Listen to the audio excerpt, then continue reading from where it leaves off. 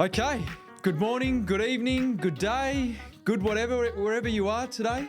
I'd like to introduce a great friend of mine and a long-standing, colleague as well, Aaron Dominish, partner of Hall Chadwick, young and up and coming, recently the youngest liquidator in Australia, which is a massive achievement, but...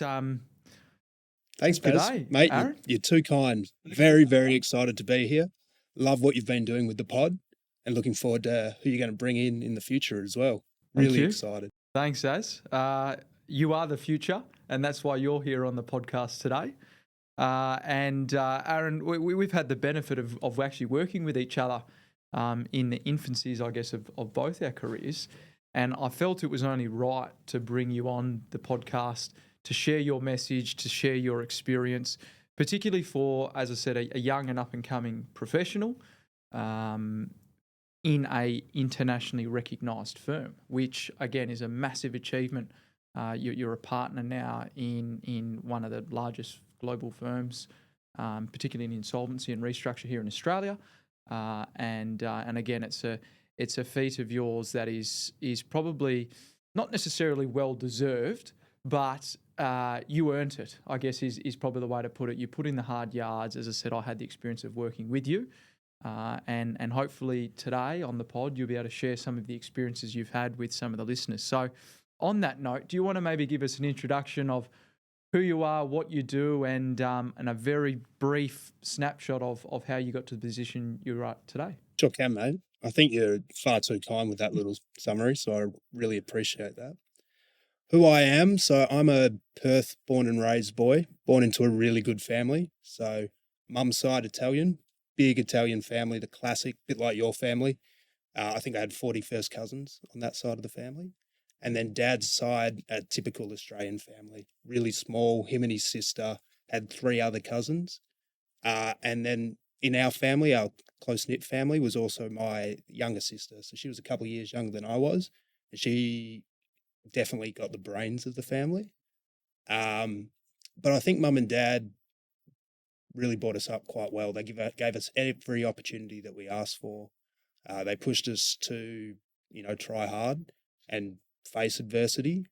And that was really important for, what followed later on in my career and in life. I think early on, went to a really good school. So started at St. Peter's and started to build a relationship and network that was probably led by mum and dad, in that they really gelled with the families around them, and we'd do regular catch-ups, whether it was the parents, the kids, all together. And I think that sort of started to show to me how important relationships are, because we were doing things all the time with these families and whatnot. Fast forward, moving on, got to the point where I thought, what do I have to do with my career? And didn't really know what I did want to do. I'd moved to Trinity, was enjoying working at school, learning at school. Had a good group of mates, but was kind of sitting there thinking, where do I want to go with the rest of my life? And then the Italian connection came in. I remember going to my nunna's one day and sitting there listening to my uncle speak about business and what they were doing with some of their clients and whatnot. And I thought, this sounds pretty cool. You drive flash cars and you have a big house. I reckon I can do this. And thought, I'll give accounting a crack. And jumped into it in year 10 and then never looked back from there. So that's kind of like the early years and things that were pretty important to me then. And I think that's built the foundation for the rest of my life and the career to date. And I think there's still plenty to come. Right. So year 10, went through Trinity, a great private boys' school here in Perth, and then progressed into the commerce world. Did you jump straight into insolvency, Aaron, or is that something that you were still dabbling and trying to work out where you wanted to head? Yeah, pretty much as I came out of uni, straight into insolvency. But during the time at uni studying commerce, did a little bit with a couple of my uncles, who, as I say, they were accountants, but they played in more of the corporate advisory and corporate finance space. And I really enjoyed that aspect of it.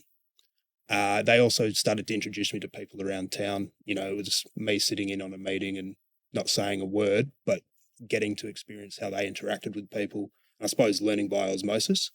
So that was really formative. And then coming out of uni, I had some travels, saw the world, which I look back on really fondly. And I think it's an experience that everyone should do. Teaches you how to, live, how to look after yourself, how to meet people in a foreign jurisdiction, things like that. And then came back and thought, shit, I've missed all of the inductions, all of the vacation work. What am I going to do? And once again, relied on my networks, talked to my uncles, and they said, we'll get you a job, but you've got to choose where you want to go. Do you want to go to the Big Four? Do you want to go something mid-tier or boutique? And I sat there and thought, well, I don't really know. I'm a kid. What do you guys think? You've done it before. You've been in all three of those. And they said, we could send you off to a Big Four, but you'll get pigeonholed. You'll probably sit there and do the same thing year on year until you've done your chartered accountancy. Or you could go to the boutique and mid-tier where you'll get exposed to plenty. You'll learn heaps, and then that will push you along. So with that guidance, I thought, well, I want to go to a mid-tier firm, given that that'll have the scale to allow me to grow and push through the ranks, but it'll also give me exposure to lots. So that's what I chose, and they were able to get me in the door at Hall Chadwick, and that's where you and I first met, as you say, the infancy part of our career. I think you were, 6 months into yours? And yes, if not, probably not even 6 months, mate. Yeah. Probably two or 3 months into Hall Chadwick, yeah. And I came in Bambi and stand there in front of the headlights, shitting myself, and 8 years now down the track, I look back and go, it's come a long way. Yeah, 8 years down the track, and you are a partner of an internationally recognised insolvency firm, which is a significant achievement, Aaron. And I think when you actually reflect back and you go, well, looking now 8 years ago, I was Bambi in front of the headlights. I guess you talk about adversity and facing adversity, and you talk about the reason you selected Hall Chadwick, which was that exposure piece. So obviously you grabbed the opportunity by both hands, right? And I guess what were some of the experiences you've had in the last 8 years that you could probably share? Yeah, of course. It's a really good question, and I think that's probably the thing that you're trying to drive with this podcast is adversity is the grey. It's always the tough decisions that are the ones that are difficult to make. And I think across the journey there's been plenty, and to try and narrow it down is pretty tough. But one of the things that I say to our young guys and girls is fail fast, right? The best way to learn is by doing. Take action, see what happens. Whatever issues do arise after it, we can deal with, right? Because we're in a world where you're making decisions based off incomplete information, but you have to be quick because you might miss the opportunity if you don't. So I think that's probably the succinct way of summarising what I've learned from dealing with adversity over those years. There's been plenty of experiences, I suppose, and in my line of work, we have to have some very difficult conversations as well. Probably the toughest thing to do is to go into a workplace or a business that's been there for a number of years, decades even, and have to tell the employees and the directors that we have to shut it down. And it's not something that I do lightly. And where we can, we do our best to try to restructure the business and keep them going. But yeah, there's definitely been some very tough conversations along that line. And I think now that I've done enough of it, there's been enough experience with it.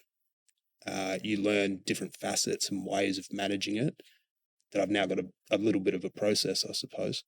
Yeah, and you're right. I had the opportunity of working, I guess, in that field for a period of time, and it's a tough conversation to be having with business owners, and arguably an even tougher conversation with just an employee. Telling someone that, look, mate, I'm sorry, but you're not going to have a job here tomorrow, and we've been tasked to step in and do what we need to do, and sometimes a lot of emotion or emotional responses probably come up, and you're continuously faced with this on the day-to-day. So, yeah, hats off to you, mate. It's not an easy job, but I think a big part of, I guess, what you guys at HC try to achieve is an opportunity to turn something around. And a classic example was a recent brewery in Fremantle, Yep. where you successfully did turn that around. So again, for some of the listeners that may not be across that process, do you want to maybe give us some insight? Yeah, sure can. It was a good opportunity. Obviously quite a well-known brand as well. So it's the Running with Thieves brewery down in South Fremantle. Obviously, probably a location very close to your heart, Paz, Yes, it being is, a Freo, yes. Freo boy. And you hit the nail on the head in that we as a firm and me particularly really like to get involved with those opportunities where we can come in, stabilise the operations and turn them around. And this was a pretty interesting engagement in that when we came in the door, the systems, the policies, procedures were quite good. The data that the director was getting was well presented on dashboards, Power BI. He had all of his financial records connected in and whatnot. And that was as a result of a lot of work that had gone in the background in terms of the setup of the business and whatnot. It got itself into trouble with the ATO, and I believe some of that was to do with COVID, but then there was also some issues with establishing the brand and getting the premises and location set up. And, you've been there. It's a fantastic spot. Very good. Right down there on, South Freo Beach.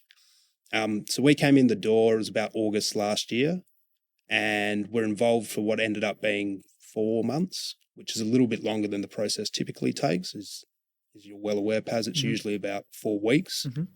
But due to us trying to find a restructure proposal and being told that there was one to come, the time to formulate that plan was a little bit longer than that 4-week process. So we were able to extend that out.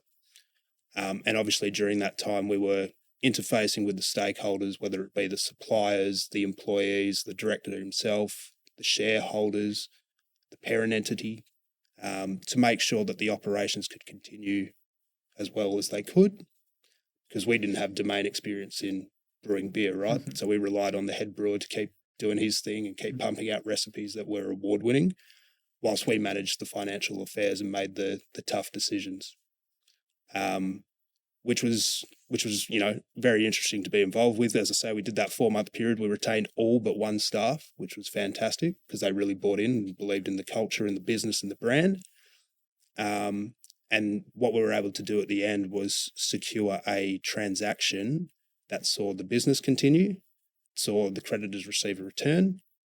And as you're well aware now, the brand's doing really well. And I was recently up in Singapore and saw a whole range of their beers in stock at a local grocery. Wow. So you can see what they've done as a result of the restructure. And that dealt with some of the debt that was outstanding at the time. And they're now in a position to keep trading forward.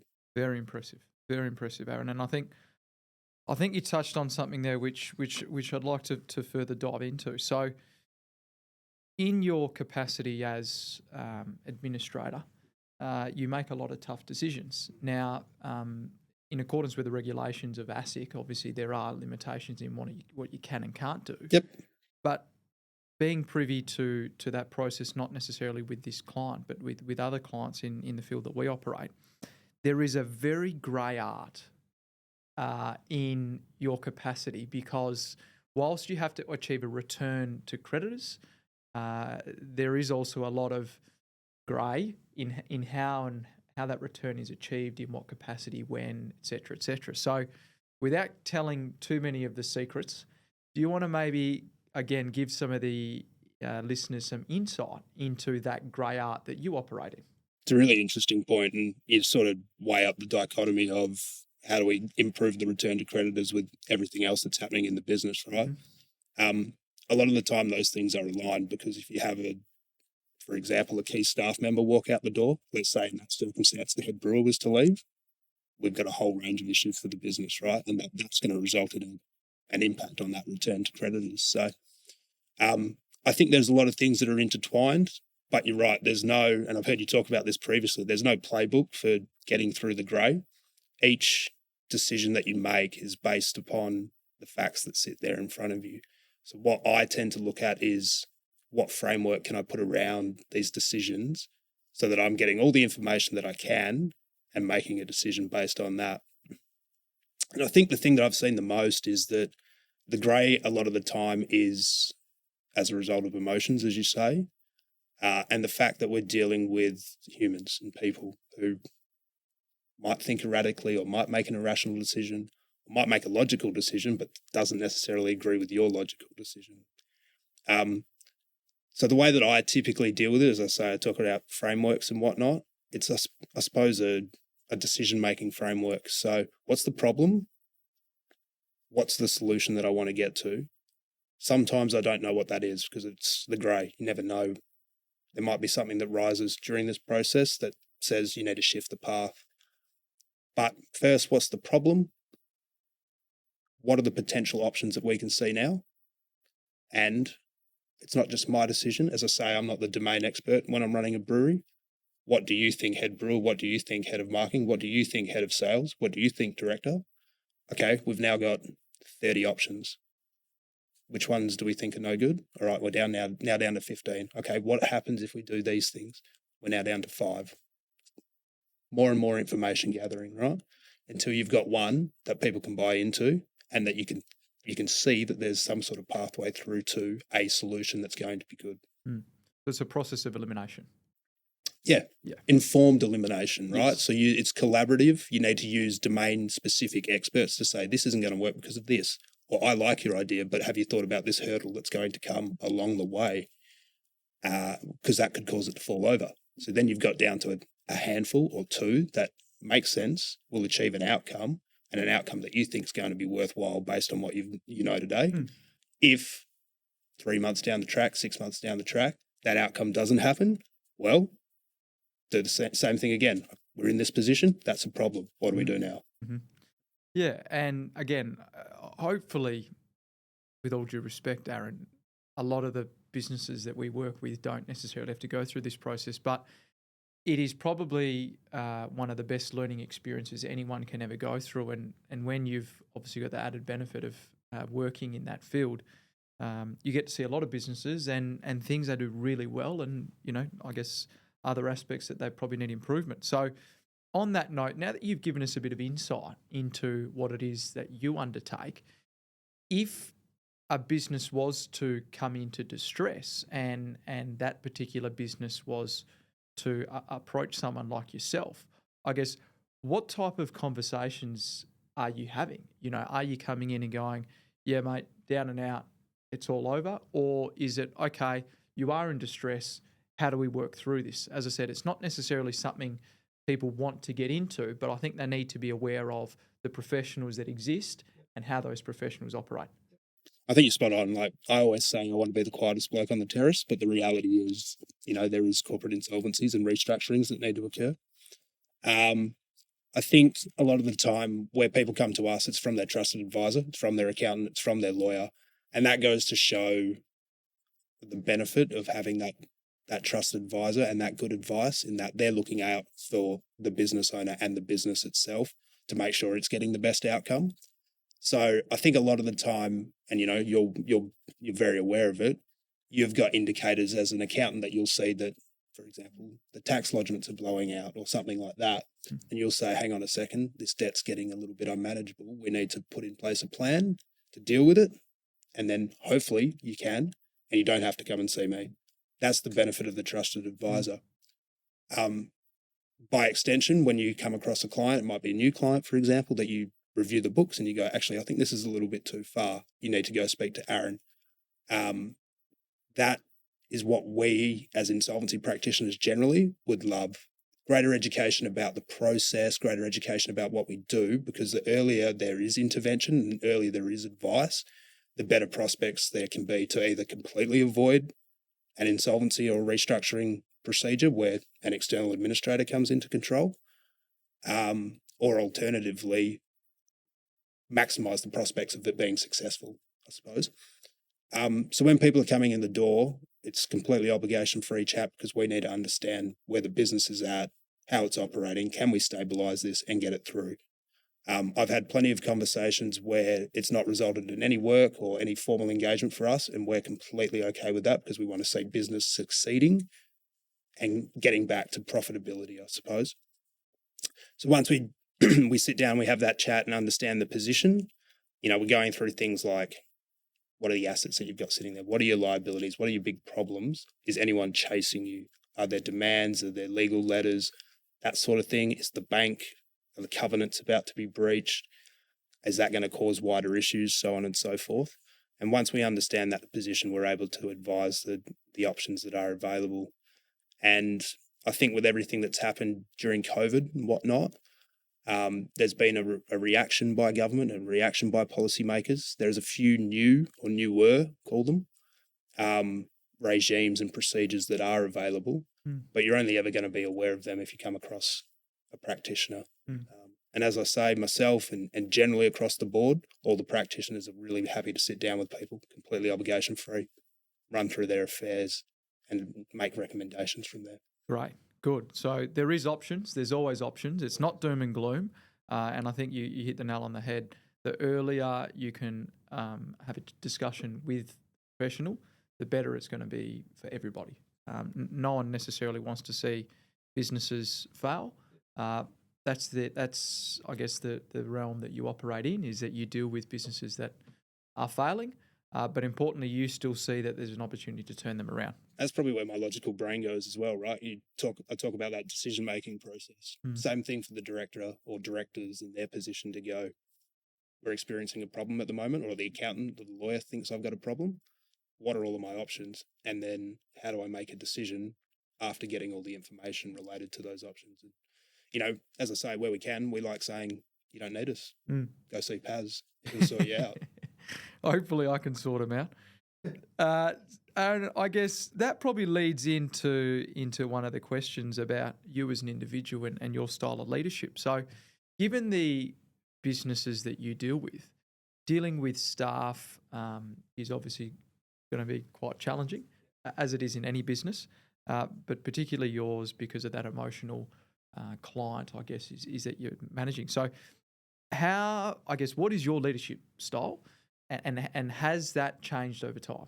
Yeah, definitely changed over time. I think if you look back at me 8 years ago, it's probably a leadership style then that was more influenced by sport and things that I'd done in the past in terms of leadership roles in that field. Nowadays, with the benefit of some further studies and experiences in the real world, my leadership styles, I think, come a long way, to be perfectly honest. I like to lead by action, but I think it's a matter that came out in maybe the 7 Habits of Highly Effective People, really good book, if anyone hasn't read it. The author, Covey, talks about the levels of maturity, the first being dependency, as in a child dependent on its parents. The second level being independence, where a person can look after themselves and, you know, sort themselves out, get food, earn money, etc., etc. But the highest level of maturity is interdependency, where you sort of let go of your ego and you realize that you're not going to be the smartest person in the room at everything. You can be particularly good at a very small subset of the universe, right? But then there's other people that are going to be very good at their very small subset of the universe. So let those people lead, empower them to lead, give them the space to make suggestions, make recommendations, to take action. And then as a collective, what you'll do is rise the tide, which brings all boats up. So I like to do that in that I empower those around me to achieve, to give feedback, to make suggestions, and to take action.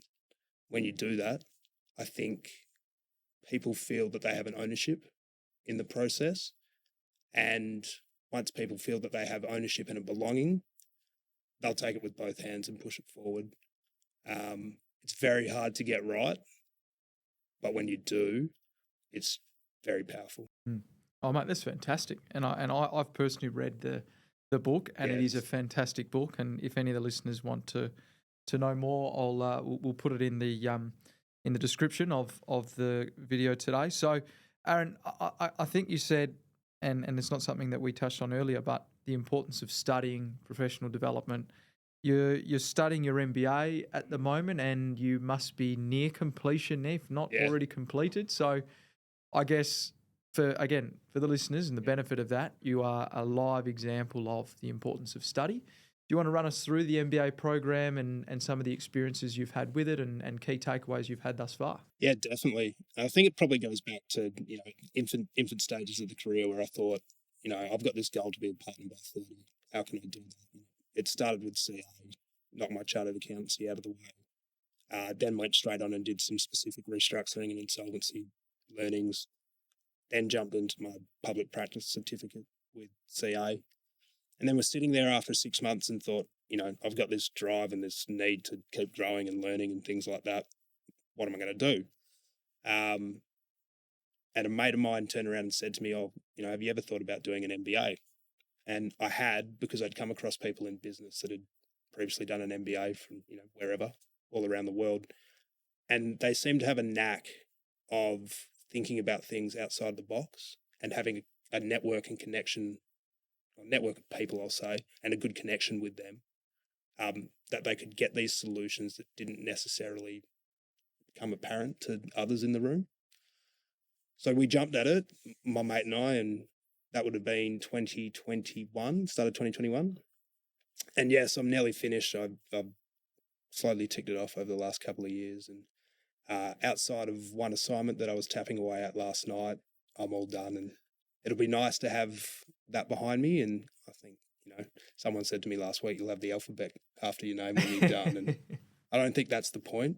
The point is, the knowledge that you gain and the people that you meet. And actually really keen to put it into action. And it's been nice that the process itself has been very applicable. The learnings that I've got from the process have been very applicable on a day-to-day basis. And if anyone's thinking about doing higher education or studies, I think it's extremely worthwhile. But it's also very important to live it, because it's one thing to learn and it's another to do. And talk to us about the power of the network. Yeah. The network's incredible, because I suppose you're dealing with a lot of like-minded people, people that are driven to go to the next step. They want to build their own business. A lot of people in the MBA are quite entrepreneurial, or they want to rise through the ranks of something like a Woodside or a BHP, right? They've got visions and views to excel, and that's quite powerful when you get, let's say, a cohort of 60 people with that similar mindset and a drive to do that. That leads to these conversations that are sometimes quirky, unique, but always very, very interesting, and also opportunities. So through that network, there's been obviously referral of work, but there's also been an exchange of ideas that have led to a business here or there. So I'm aware of a few of the cohorts starting up various businesses together through UWA, Uni of Western Australia, where I did it. There's also been opportunities where people have come up with ideas that have been incubated by the uni and funded to take forward. So what people saw as problems in society was discussed as an MBA cohort. They thought, actually, we can get a solution because I thought of this and you thought of that. Again, following that decision-making framework, get some information, put that together, put some structure around it, go get finance from the university or the connections through the university. And, it's still early days, but potentially those businesses will go on to change the world. That's it. So Aaron's going to find the new Google, and we're going to take it to a new extreme. From a garage in Perth, Western Australia. Right?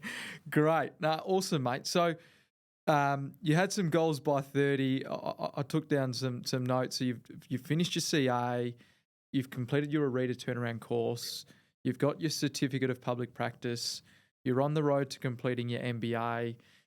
You were the youngest registered insolvency practitioner in Australia recently. What drives you to continue moving forward, and where do you see yourself ultimately getting to?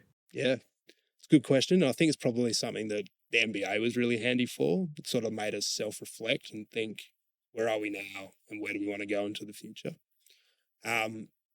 And to answer it, I think it goes to purpose and, what's my purpose and then what's the purpose of the business and the partnership that I'm involved with. For me, my big thing, and it's partly driven by one of my values of growth and a love of learning, which I like to think that I've lived, but it's to learn something new every day and then assist those around me to learn something new as well. So for me, the thing that I learn doesn't need to be, technical or life-changing. It might be that I've seen the inside of a podcast room for the first time in my life, for example. But I also want to empower those around me to say, this is something that I want to learn and this is why I want to learn it. I'll give them the support so that they can go and do that.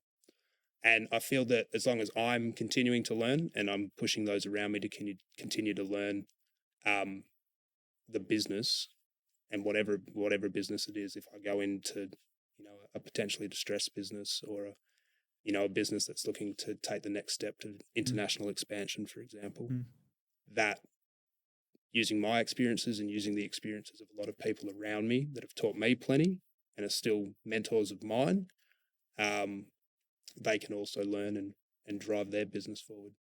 Good. So staying true to purpose is critical. Big. Yeah. And ultimately, wherever that takes you into the foreseeable future, you'll go on that journey, which is great. Talking about bigger businesses, you've launched a series, or the firm has launched a series of offices around the world. We have, which is impressive. So maybe you might end up in New York or Hong Kong or Singapore or wherever the next office is that gets open in the next couple of months. So it's exciting times, and you've had a fantastic career so far. Still sub 30. We'll take it. And you've achieved, some fantastic things. I think, given the learnings you've had, Aaron, and the real life experience you have on the day-to-day aspect of a business, a burning question I've got is, what tips can you give to managing a business? So obviously, when you come in, a big part of it is probably mismanagement. So do you want to give the listeners some insight into tips that you've seen live that you would say, I think as a business, we can probably do this a lot better? Yeah, for sure.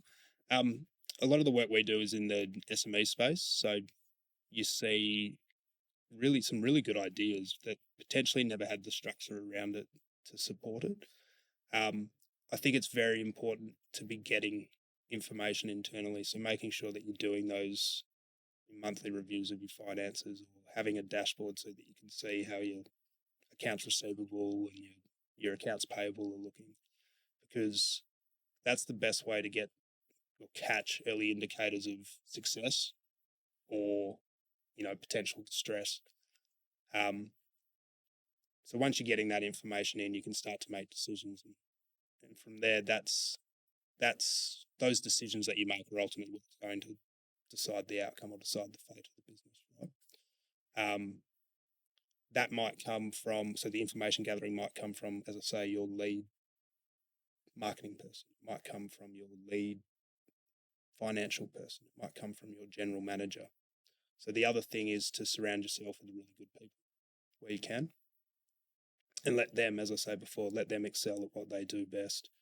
Let them make suggestions about what they think is the pathway forward or the best step for the business. And then debate that, because it's one thing to receive that feedback from them, but it's another to say, well, I don't think that's going to work because it's going to cost X, or it's going to influence something over the other side of the business.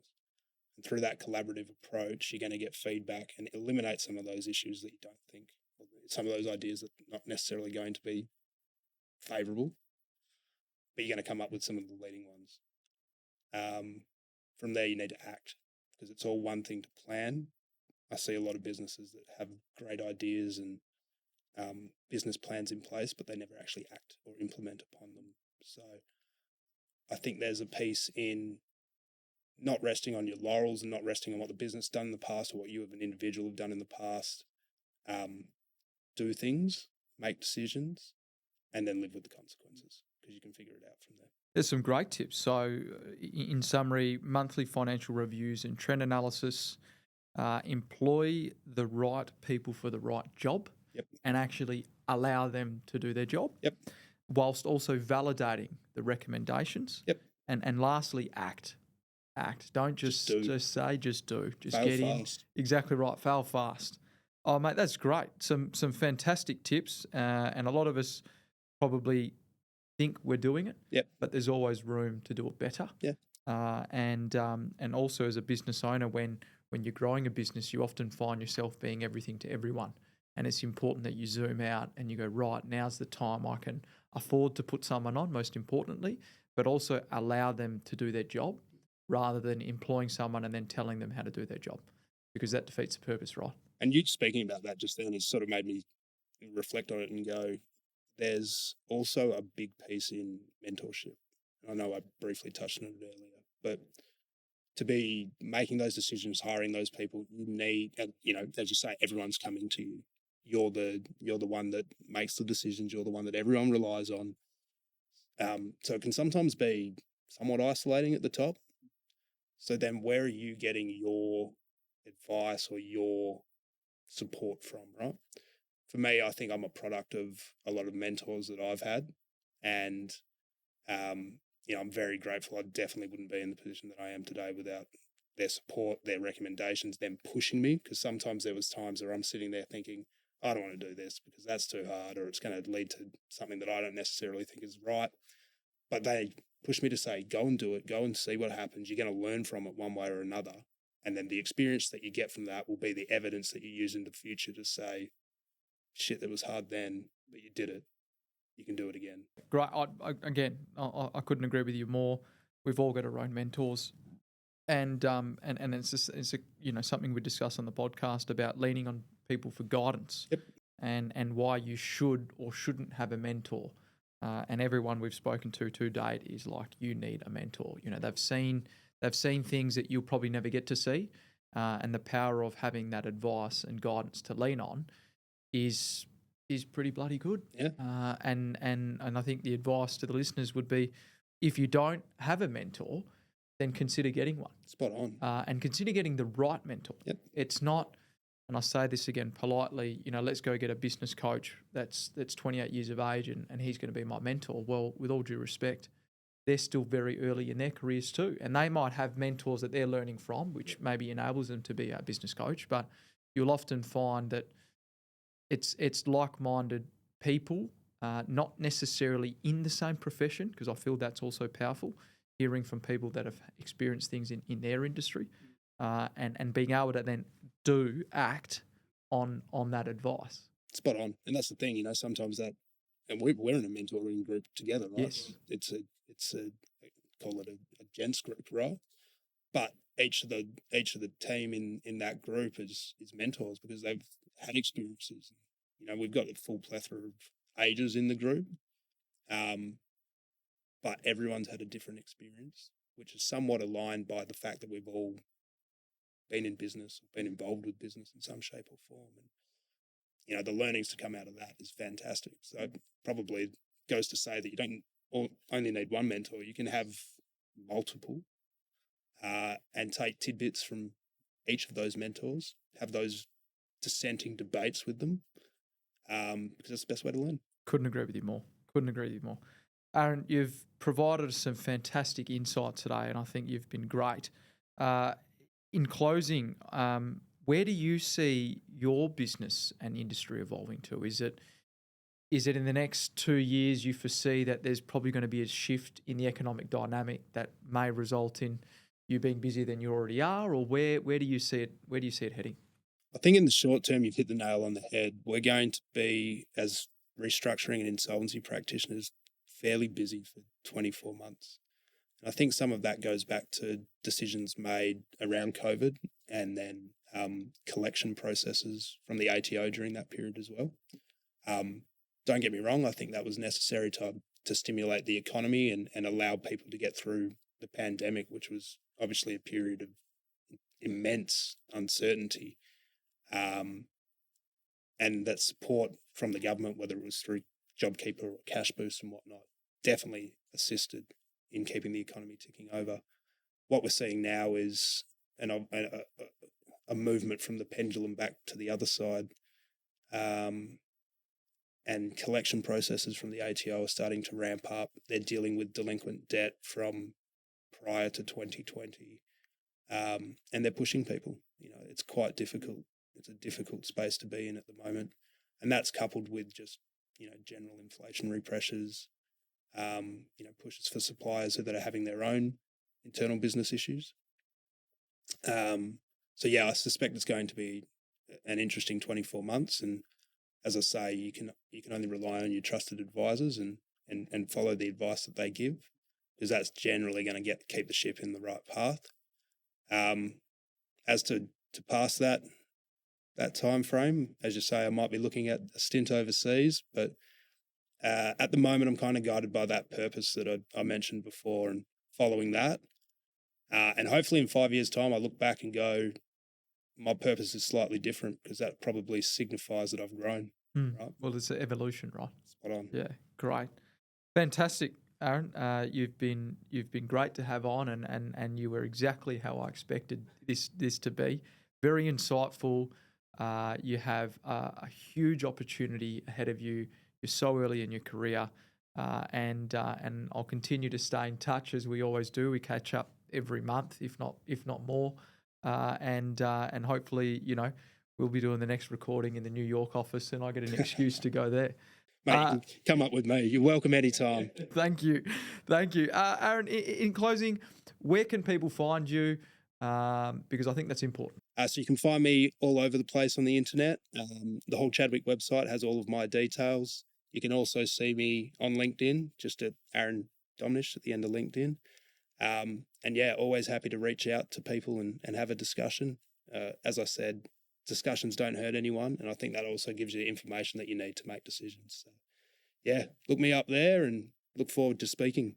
Thanks, Aaron. Thank you so much for coming on board. And if the listeners want to reach out and they've got any more questions, I'll be sure to pass on Aaron's details. Mate, love what you're doing here, and really looking forward to see who you bring on the potty next. You're doing Awesome. Great things, Paz. Thanks, mate. Appreciate it. Thank you, and enjoy your morning, afternoon, evening, night, whatever time of the day you're listening to this. Thank you, and we'll see you next time.